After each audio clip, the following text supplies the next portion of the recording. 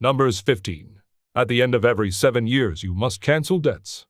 This is how it is to be done. Every creditor shall cancel any loan they have made to a fellow Israelite. They shall not require payment from anyone among their own people, because the Lord's time for canceling debts has been proclaimed. You may require payment from a foreigner, but you must cancel any debt your fellow Israelite owes you. However, there need be no poor people among you, for in the land the Lord your God is giving you to possess as your inheritance, He will richly bless you, if only you fully obey the Lord your God and are careful to follow all these commands I am giving you today. For the Lord your God will bless you as He has promised, and you will lend to many nations, but will borrow from none. You will rule over many nations, but none will rule over you. If anyone is poor among your fellow Israelites in any of the towns of the land the Lord your God is giving you, do not be hard-hearted or tight-fisted toward them. Rather, be open-handed and freely lend them whatever they need. Be careful not to harbor this wicked thought. The 7th year, the year for canceling debts, is near, so that you do not show ill will toward the needy among your fellow Israelites, and give them nothing. They may then appeal to the Lord against you, and you will be found guilty of sin. Give generously to them and do so without a grudging heart. Then because of this the Lord your God will bless you in all your work and in everything you put your hand to. There will always be poor people in the land.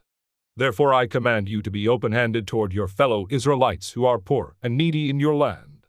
If any of your people, Hebrew men or women, sell themselves to you and serve you 6 years, in the 7th year you must let them go free.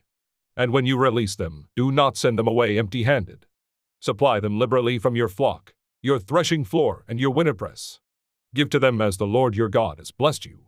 Remember that you were slaves in Egypt, and the Lord your God redeemed you. That is why I give you this command today.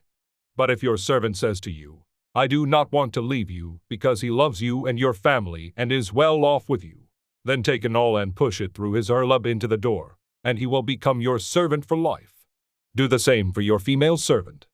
Do not consider it a hardship to set your servant free, because their service to you these 6 years has been worth twice as much as that of a hired hand. And the Lord your God will bless you in everything you do. Set apart for the Lord your God every firstborn male of your herds and flocks. Do not put the firstborn of your cows to work, and do not shear the firstborn of your sheep. Each year you and your family are to eat them in the presence of the Lord your God at the place He will choose.